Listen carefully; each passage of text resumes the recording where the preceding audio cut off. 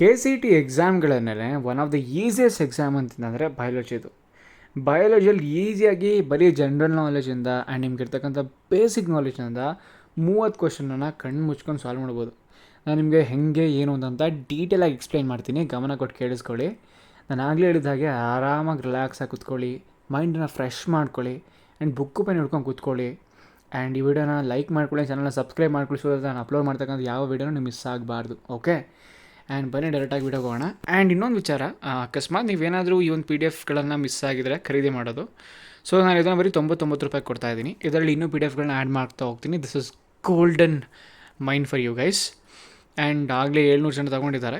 ಬೇಕು ಅಂತಂದರೆ ಇನ್ಸ್ಟಾಗ್ರಾಮಲ್ಲಿ ನನಗೆ DM ಮಾಡಿ. ನನ್ನ ಇನ್ಸ್ಟಾಗ್ರಾಮ್ ಅಕೌಂಟ್ ಬಂದುಬಿಟ್ಟು ಮನೋಜ್ MANOJPN777 ಅಂತ.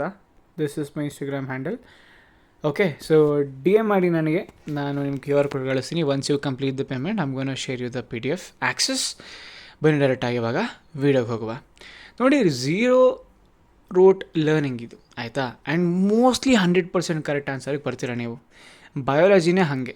ನಾವಿವತ್ತು ಯಾವ್ಯಾವ ಮೆಥಡ್ ಯೂಸ್ ಮಾಡ್ತೀವಿ ಅಂತ ಡೀಟೇಲಾಗಿ ಎಕ್ಸ್ಪ್ಲೇನ್ ಮಾಡ್ತೀನಿ ನೋಡಿ.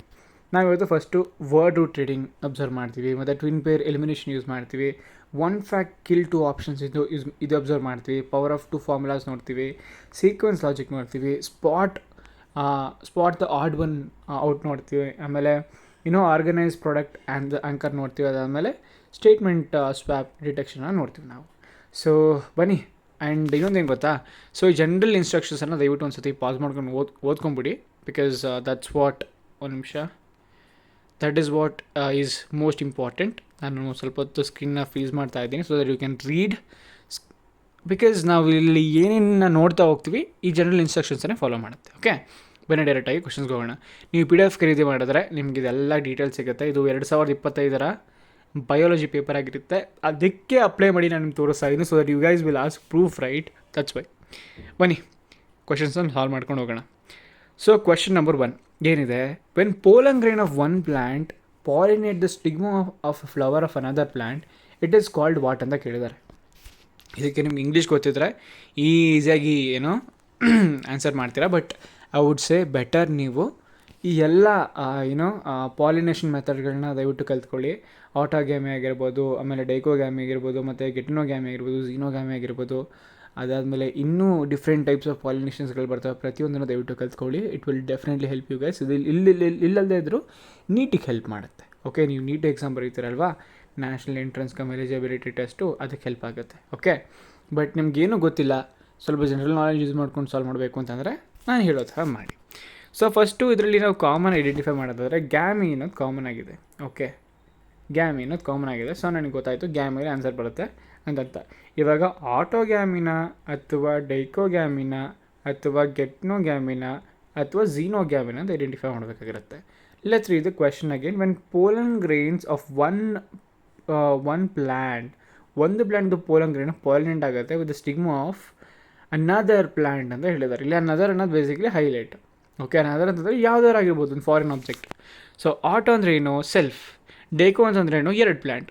ಆಮೇಲೆ ಗೆಟ್ರೋ ಅಂತಂದ್ರೆ ನೈಬರ್. ಝೀನೋ ಅಂತಂದ್ರೆ ಏನು, ಇದೊಂದು ಫಾರಿನ್, ಆಯಿತಾ? ಫಾರ್ ಎಕ್ಸಾಂಪಲ್ ನಾನು ನಿಮಗೆ ನೋಡಿ ಇಲ್ಲಿ ಝೀನೋಫೋಬಿಯಾ ಅಂತಂದರೆ ಝೀನಾನ್ ಗ್ಯಾಸ್, ಸ್ಟ್ರೇಂಜರ್. ಬೇಸಿಕ್ಲಿ ಸ್ಟ್ರೇಂಜರ್ ಅನ್ನೋ ಫೋರ್ಸ್ ಬರುತ್ತೆ. ಝೀನೋ ಮೀನಿಂಗು ಸ್ಟ್ರೇಂಜರ್ ಅಂತ.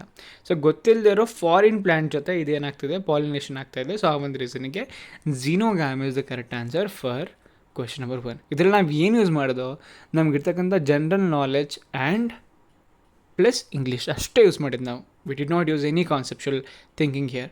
ಬಟ್ ಕಾನ್ಸೆಪ್ಷುವಲ್ ಆಗಿ ಹೋದರೆ you can easily sense this and you can easily answer this, because is very basic question.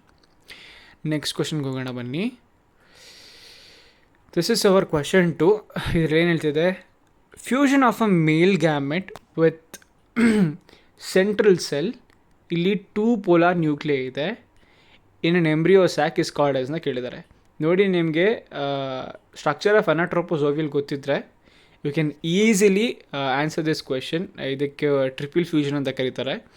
But ಗೊತ್ತಿಲ್ಲ ಅಂತಂದರೆ understand, use a common sense. ಏನು ಹೇಳ್ತಿದ್ದಾರೆ, fusion of male gamete, ಯಾವುದೋ ಒಂದು ಮೇಲ್ ಗ್ಯಾಮೆಟ್ ಇದೆ. Okay, and this is getting fused with two polar nuclear, central ಸೆಲ್ಲಲ್ಲಿ two polar nuclear ಇರುತ್ತೆ. ಇದು ಬೇಸಿಕ್ಲಿ ಫ್ಯೂಷನ್ ಆಗ್ತದೆ. So two polar nuclei plus one gamete. Okay, so basically ಏನಾಯ್ತು ಇಲ್ಲಿ ಮೂರು ಆಬ್ಜೆಕ್ಟ್ ಕಾಣಿಸ್ತೆ ನನಗೆ. ಸೊ ಆ ರೀತಿ you can go with triple fusion. Logic ನಿಮಗೆ ಸ್ವಲ್ಪ ಸೆನ್ಸ್ ಆಗ್ದೇ ಇರ್ಬೋದು, but this is how you can do when you don't know anything about the question. ಇಲ್ಲಿ ನೋಡಿ, ನಾನು ನಿಮ್ಗೆ ಸ್ವಲ್ಪ ಅರ್ಥ ಆಗೋ ರೀತಿ ಒಂದು ಸ್ವಲ್ಪ ಡೀಟೇಲ್ ಎಕ್ಸ್ಪ್ಲೇನ್ ಮಾಡ್ತೀನಿ. ವರ್ಡ್ ಏನು ಸಜೆಸ್ಟ್ ಮಾಡ್ತೀನಿ ನಮಗೆ? ಟ್ರಿಪಲ್. ಇದು ಓಕೆ, 3 ಥಿಂಗ್ಸ್.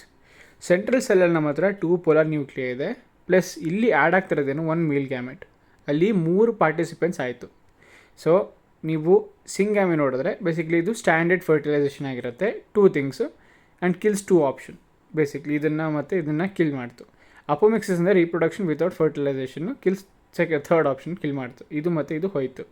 ಡಬಲ್ ಫರ್ಟಿಲೈಸೇಷನ್ ಅಂತಂದರೆ this is full event, both fusion together, not this specific fusion alone. Okay, so triple fusion ಅಂತಂದರೆ ಒಂದೇ ಆಪ್ಷನ್ ನಮಗೆ ಮಿಕ್ಕಿರೋದಕ್ಕೆ ಸಪೋರ್ಟಿವ್ ಆಗಿ, ವಿಚ್ ಇಸ್ 2 ಪೋಲಾರ್ ನ್ಯೂಕ್ಲಿಯರ್ ಒಂದು ಮೇಲ್ ಗ್ಯಾಮೆಟ್ ಜೊತೆ ಕಂಬೈನ್ ಆಗ್ತಿರೋದು. And that's why I choose that. Okay, so ಇದಕ್ಕೂ thinking process ಬೇಕಾಗುತ್ತೆ ನಿಮಗೆ. ಅಂಡರ್ಸ್ಟ್ಯಾಂಡ್, ಅನಲೈಸ್ ದಿಸ್ ಆ್ಯಂಡ್ ಎಲ್ಲರೂ ಒಂದು ಕಡೆ ನೋಟ್ ಡೌನ್ ಮಾಡ್ಕೊಳ್ಳಿ, ಸೊ ದಟ್ ನಿಮಗೆ ನೆಕ್ಸ್ಟ್ ಟೈಮ್ ಇದನ್ನು ಸಾಲ್ವ್ ಮಾಡಬೇಕಾದ್ರೆ ಹೆಲ್ಪ್ಫುಲ್ ಆಗಿರುತ್ತೆ. ನೆಕ್ಸ್ಟ್ ಕ್ವೆಶನ್ಗೆ ಹೋಗೋಣ ಬನ್ನಿ. ನೋಡಿ, ನಾನು ನಿಮಗೆ ಪ್ರತಿಯೊಂದು ಕ್ವೆಶನ್ ಹಿಂದೆನೂ ಒಂದು GK ಟಿಪ್ಪನ್ನು ಬಿಡ್ತಾ ಇದ್ದೀನಿ. ದಯವಿಟ್ಟು ಅದನ್ನು ಓದಿ to get more understanding for the questions. Okay, next select the mismatched pair questions asked for wrong one. Basically so ಇದರಲ್ಲಿ ಒಂದು ಮಿಸ್ಮ್ಯಾಚ್ ಪೇರನ್ನು ನೀವು ಐಡೆಂಟಿಫೈ ಮಾಡಬೇಕಾಗಿರುತ್ತೆ. ಓಕೆ, ಸೊ ಅದು ಹೆಂಗೆ ಅಂತ ನೋಡೋಣ. ನೋಡಿ, ಮಿಸ್ಮ್ಯಾಚ್ಡ್ ಪೇರ್ ಅಂತಂದರೆ ನಿಮ್ಮ ಕಾಮನ್ ಸೆನ್ಸ್ ಯೂಸ್ ಮಾಡಿ ಸಾಕು. ಇಂಥದ್ರಲ್ಲಿ ನೀವು ಈಸಿಯಾಗಿ ಅಟೆಂಡ್ ಮಾಡಬಹುದು.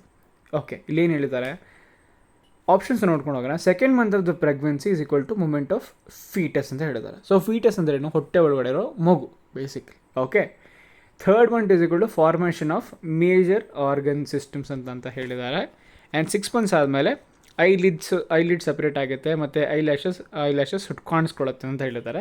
ಫಸ್ಟ್ ಮಂತಲ್ಲಿ ಫಾರ್ಮೇಷನ್ ಆಫ್ ಹಾರ್ಟ್ ಆಗುತ್ತೆ ಅಂತ ಹೇಳಿದ್ದಾರೆ. ನೋಡಿ, ನೀವು ಒಂದು ಎಂಬ್ರಿಯೋ ಡೆವಲಪ್ಮೆಂಟ್ ನೋಡಿದ್ರೆ, ಎಂಬ್ರಿಯೋ ಫೀಟಸ್ ಆಗಿ ಮತ್ತೊಂದು ಫುಲ್ ಗ್ರೌಂಡ್ ಬೇಬಿ ಆಗೋದು ಮಧ್ಯೆ ಇರ್ತಕ್ಕಂಥ ಈ ಡೆವಲಪ್ಮೆಂಟ್ ಸ್ಟೇಜ್ ನಿಮಗೆ ಗೊತ್ತಿದ್ರೆ ಈ ಒಂದು ಕ್ವೆಶನ್ನ ಕಣ್ಣು ಮುಚ್ಕೊಂಡು ಆನ್ಸರ್ ಮಾಡಿಬರ್ತೀರಾ. ಬಟ್ ಜನರಲ್ ನಾಲೆಜು ಈ ಒಂದು ಆನ್ಸರ್ ಇರ್ತಕ್ಕಂಥದ್ದು you can easily detect.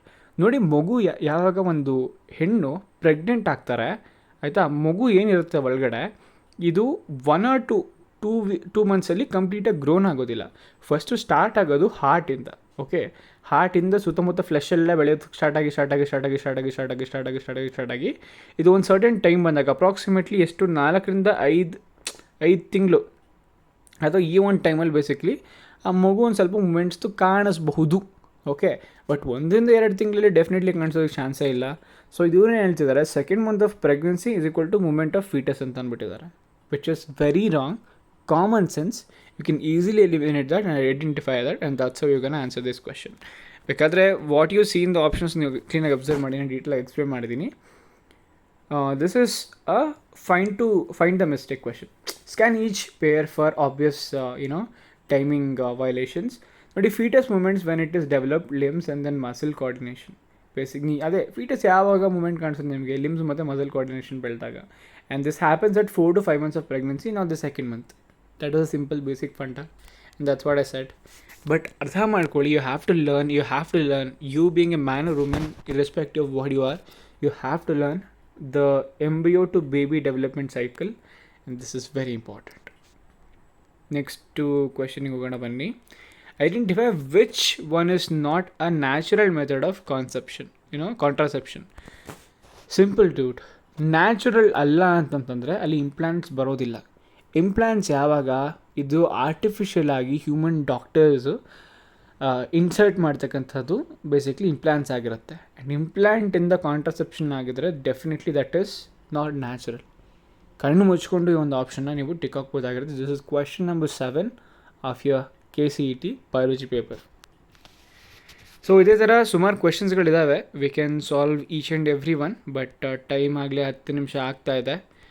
And ಈ ಒಂದು PDF ಇದೊಂತನಲ್ಲ, ನಿಮಗೆ ಈ ಎಲ್ಲ PDFಗಳದ್ದು ಆ್ಯಕ್ಸಸ್ ಬೇಕು ಅಂತಂತಂದರೆ you can DM me on Instagram for access. ಬರೀ 19 rupeesಗೆ ನಾನು ಈ PDF ಆ್ಯಕ್ಸಸ್ ಕೊಡ್ತೀನಿ. ಇವಾಗಲೂ ಲೇಟ್ ಆಗಿಲ್ಲ, you can still practise these questions. Okay, so DM ಮಾಡಿ ಬೇಗ, and I am gonna give you the access. ಇದರಲ್ಲಿ ಸಿಕ್ಕಾಪಟ್ಟೆ ಯೂಸ್ಫುಲ್ ಆಗಿರ್ತಕ್ಕಂಥ ಮೆಥಡ್ಸ್ ಎಲ್ಲ ಬರ್ತಿದ್ದೀನಿ and which will definitely help you and elevate your marks.